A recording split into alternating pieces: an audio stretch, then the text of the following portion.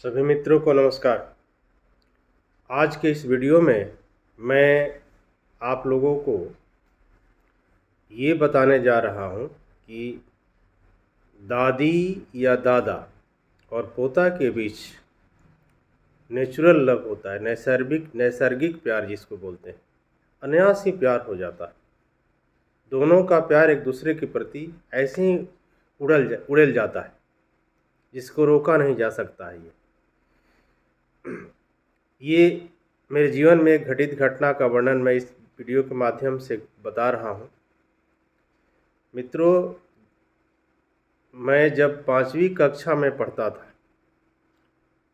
मेरा परिवार एक संयुक्त परिवार था, ग्रामीण परिवेश का परिवार था। मेरे पिताजी 7 भाई थे और किसान परिवार था। 7 भाई में मेरे पिताजी सबसे बड़े थे और इसलिए हेड ऑफ द फैमिली थे। और हेड ऑफ द फैमिली होने के साथ ही वो बहुत ही कठोर विचारधारा के थे, अनुशासन प्रिय व्यक्ति थे। वे छोटी सी भी गलती की क्षमा नहीं करते थे। उन दिनों जो घर में भोजन बनता था वो गोईठे पर, लकड़ी पर या घास या पत्तों से को झोंक करके या जला करके परिवार के लोग खाना बनाते थे। क्योंकि मेरे परिवार बड़ा परिवार था, करीब 40 की संख्या में सदस्य थे, इसलिए बहुत अधिक मात्रा में खाने में जलावन का यूज होता था। इसलिए अक्सर जलावन कम पड़ते रहता था। बरसात का मौसम आने वाला था, सावन का महीना था। सावन के महीना जिसको इंग्लिश में जुलाई का लास्ट मंथ कह सकते हैं, जुलाई लास्ट मंथ।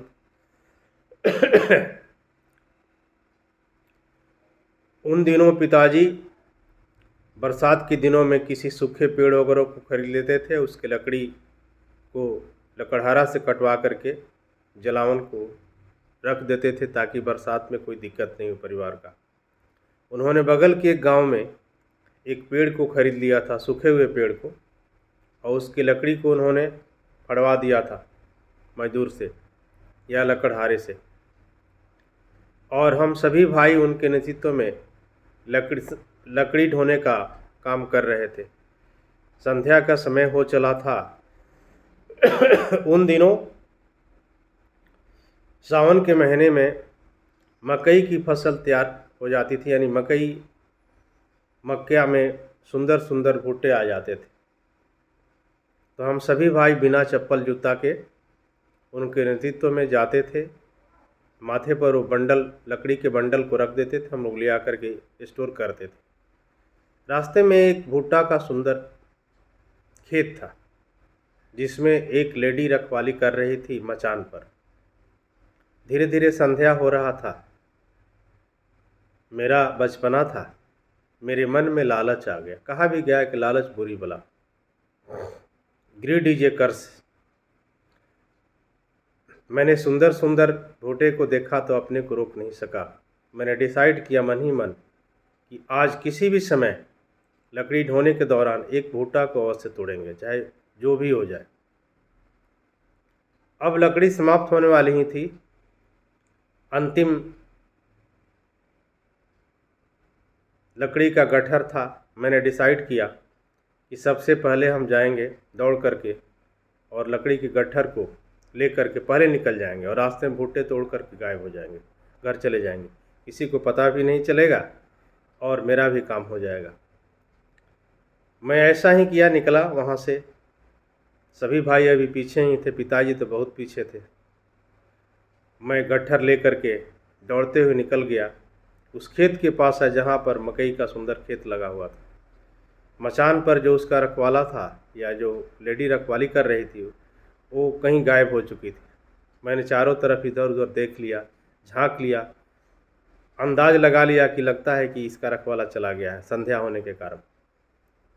मैंने तुरंत एक सुंदर भुट्टे को देखा और तुरंत तोड़ लिया। लेकिन भुट्टे में एक क्वालिटी होती है कि जब उसको तोड़ा जाता है तो उसमें एक आवाज़ निकलता है, पड़ाक से आवाज़ आता है। जैसे ही मैंने भुट्टे को तोड़ा आवाज़ उससे निकली और जो रखवाली करने वाली महिला थी वो बगल में छुपी हुई थी। वो ज़ोर ज़ोर से चिल्लाने लगी मेरे पिताजी का नाम लेकर के, मेरे दादाजी का नाम लेकर के। कहता है कि मेरा परिवार बड़ी अनुशासित है, कोई गलत कदम नहीं उठा सकता है, बहुत बनता है। बताइए, उसी का बेटा ने मेरे खेत से क्या किया, भुट्टा चोरी कर लिया। ऐसे तो रईस लोग हैं जो कहते हैं कुछ करते हैं कुछ। क्या परिवार में अनुशासन है। वो भला बुरा कह रहे थे, मेरे भाई भी सब आ रहे थे पीछे से, वो लोग सुने लेकिन कुछ नहीं। कुछ देर के बाद मेरे पिताजी पहुँचे वहाँ पर, उसको भी उन्होंने डायरेक्ट कहा कि तुम कहते हो कि मेरे परिवार के सभी लोग अनुशासित हैं, कुछ गलत नहीं, तुम्हारा ही बेटा तो मेरे खेत से भुट्टा चोरी किया है। उन्होंने पूछा कि सचमुच में थोड़ी चोरी किया है या उठाया है रास्ते से? तो नहीं, देखिए इस पेड़ से तोड़ा है। भुट्टा कहाँ है? बोले कि वो लेकर चला गया है। तू तो चोर का बाप है। ये चीज़ उनको बड़ी लगा, क्योंकि अनुशासन प्रिय आदमी थे। उन्होंने क्या किया कि वहीं से बोझ लिए हुए, चूँकि नौजवान अवस्था में थे, दौड़े।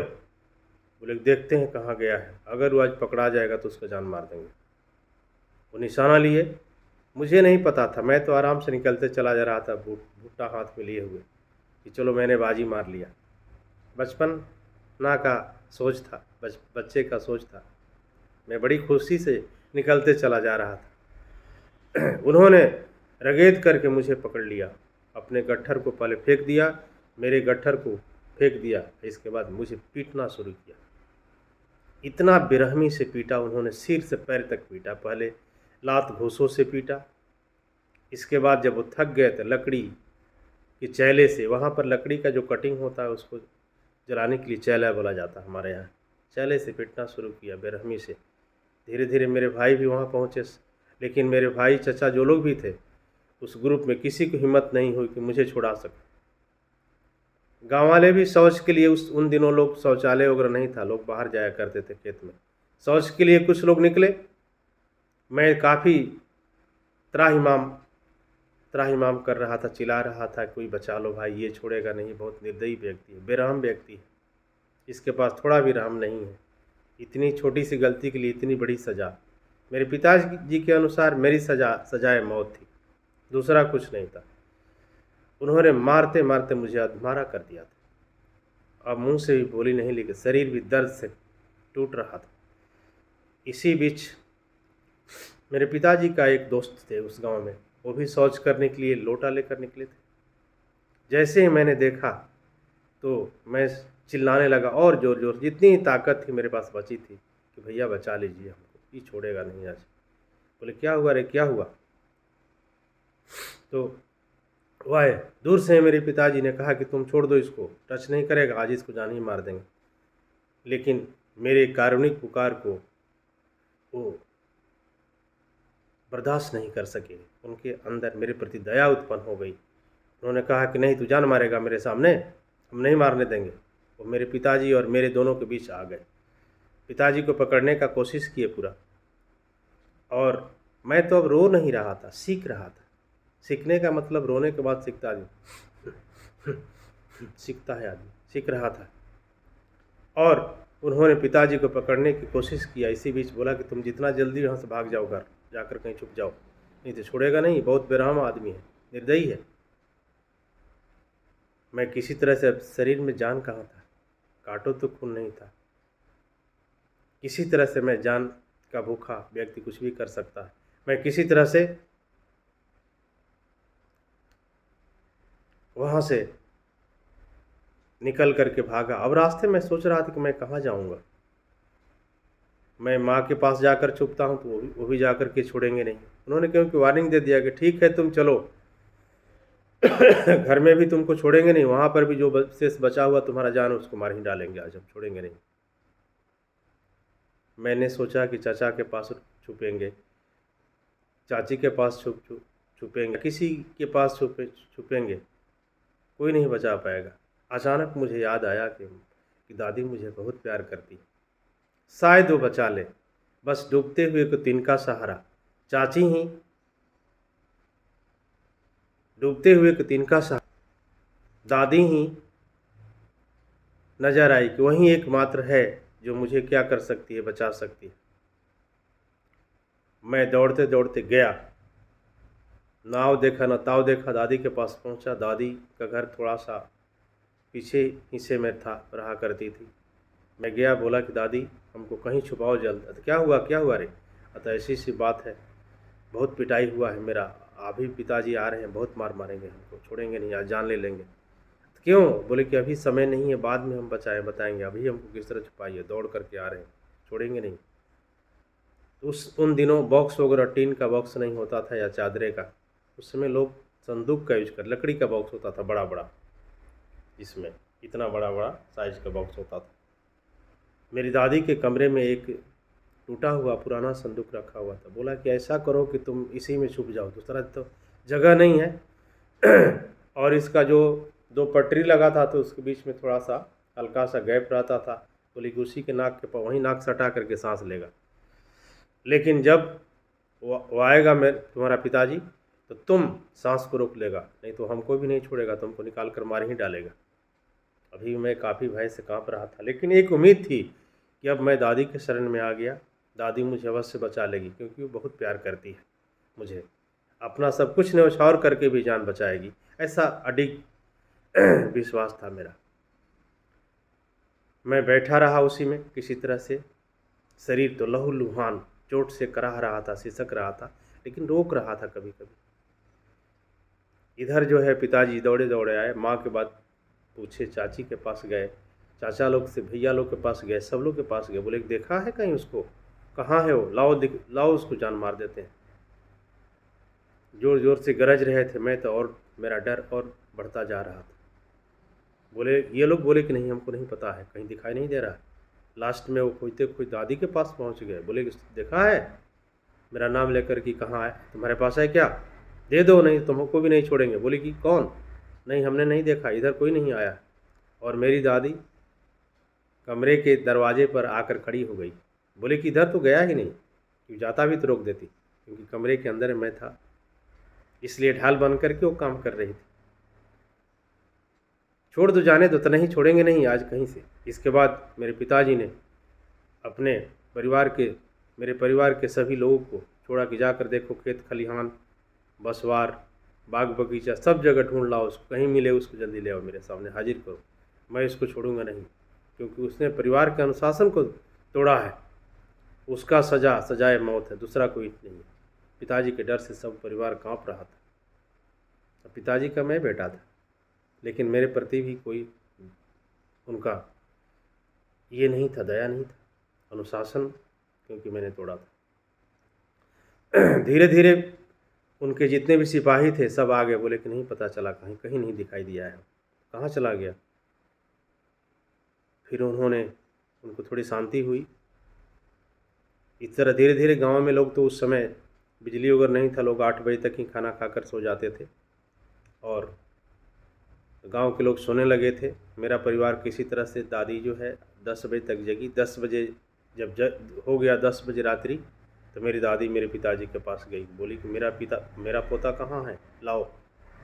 अब दादी जो है काफ़ी सख्त होने लगी, मेरा पोता कहाँ है, तुमने तो जान उसका मार ही दिया होगा, तो कम से कम डेड बॉडी दे दो इसका, हम डेड बॉडी भी देखना चाहते हैं।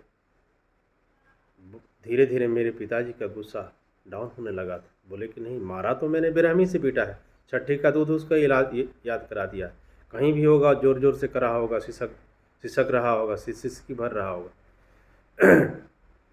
अभी भी वो आ जाएगा तो उसको जान मार देंगे।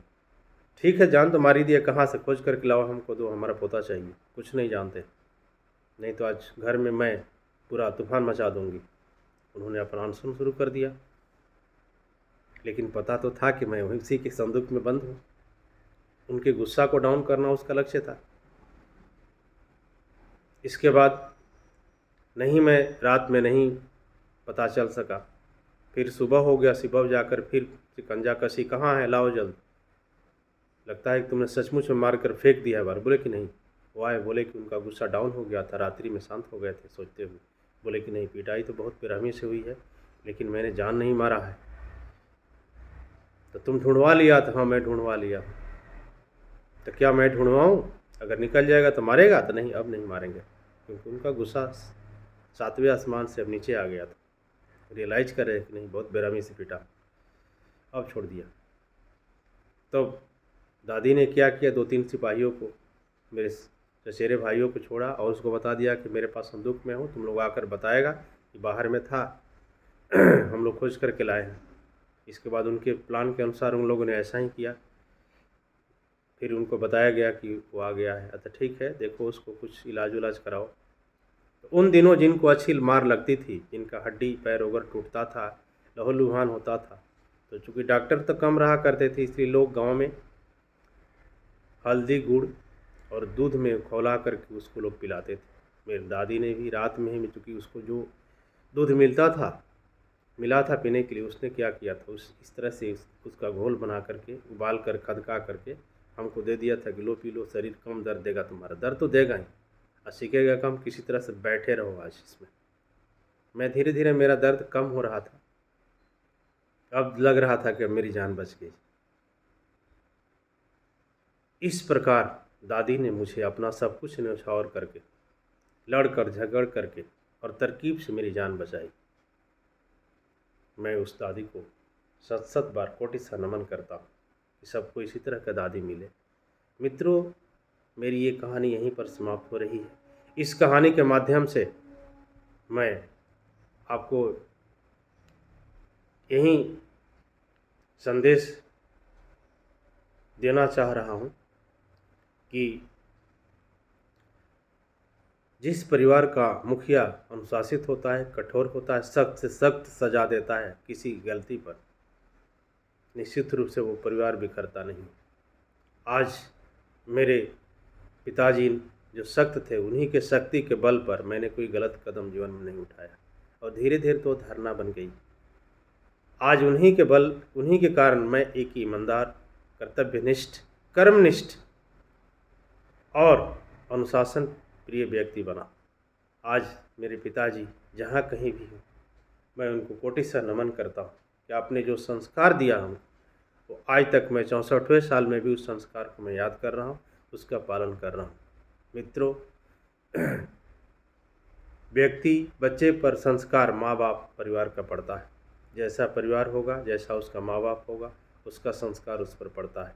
आज जो इतने परिवार बिखर रहे हैं, टूट रहे हैं, सामाजिक मूल्यों का ह्रास हो रहा है, संस्कार का अभाव हो रहा है, इसके पीछे हम सब दोषी हैं कि आज उचित मालिक नहीं बनता है, कठोर व्यक्ति नहीं, सज़ा कठोर नहीं दे पाता है, या तो उसके अपने बेटे बेटियों के प्रति क्या है, निगेटिव, या फिर वो क्या है, कमज़ोर हो जाता है, जिसके कारण से बच्चे संस्कारी नहीं हो पा रहे। इसलिए ज़रूरत है, मैं यही संदेश ये भी देना चाहता हूँ कि जिस मुल्क का, जिस देश का मुखिया या अभिभावक कठोर होगा, न्यायप्रिय होगा, अनुशासित होगा, वो मुल्क भी डेवलप करेगा। आज मोदी जी और योगी जी की चर्चा मैं करना चाहता हूँ कि भारत बहुत तेज गति से तरक्की कर रहा है, क्योंकि दोनों व्यक्ति अनुशासित हैं, अनुशासन प्रिय हैं और गलती के लिए कठोर से कठोर सजा भी देते हैं। इसलिए भारत का दिन दुना रात चौगुना भी विकास हो रहा है। इसके माध्यम से मैं आपको बताना चाहता हूं कि अगर आप किसी परिवार के मुखिया होंगे, हेड होंगे, निश्चित रूप से अनुशासन प्रिय आपको होना चाहिए, क्योंकि माँ बाप से जो संस्कार मिलता है वहीं आगे चल कर के काम करता है। आज मैं अपने माँ से मैंने प्यार और स्नेह सीखा, पिताजी से मैंने कठोर अनुशासन सीखा और न्यायप्रिय और कर्तव्यनिष्ठ, कर्मनिष्ठ, ईमानदार व्यक्ति बना। उन सभी आत्माओं को, जो लोग भी मेरे बुजुर्ग थे, दादा दादी, माँ पिताजी, जो भी जिन लोगों से मैंने संस्कार सीखा, उनको मैं 7-7 बार कोटि सा नमन करता हूँ। आप मुझे जहाँ भी होंगे मुझे देखकर जरूर प्रसन्न होंगे कि मेरे इस बेटे के अंदर मेरा संस्कार गया है। इसलिए आपसे मेरा निवेदन है कि आप अपने परिवार को संस्कार दें, उचित संस्कार दें। इन्हीं शब्दों के साथ मेरा ये वीडियो अच्छा लगे पॉजिटिव कमेंट करेंगे और तिवारी इंग्लिश सेंटर जो मेरा यूट्यूब चैनल है, जिस पर मैं मोटिवेशनल और एजुकेशनल दोनों वीडियो डालता हूँ, इस चैनल को अवश्य सब्सक्राइब करेंगे। इन्हीं शब्दों के साथ आप सबको बहुत बहुत नमस्कार, प्रणाम, आशीर्वाद, प्यार, साधुवाद।